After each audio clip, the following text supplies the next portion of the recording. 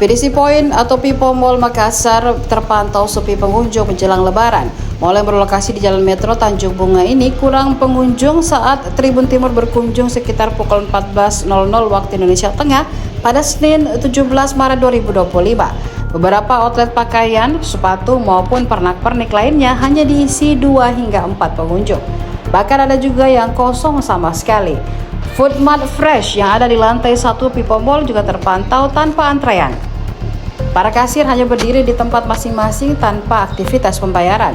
Wahana permainan anak hingga dewasa terlihat minim aktivitas. Di Kids Land misalnya, hanya 2 hingga 3 anak yang menikmati wahana permainan tersebut. Area bowling hingga bioskop juga nampak lengang. Biasanya di Ramadan tempat ini kerap ramai pengunjung.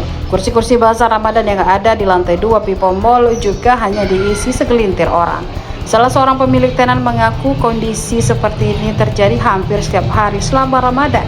Biasanya pengunjung mulai datang sekitar pukul 15.00 waktu Indonesia Tengah atau menjelang buka puasa.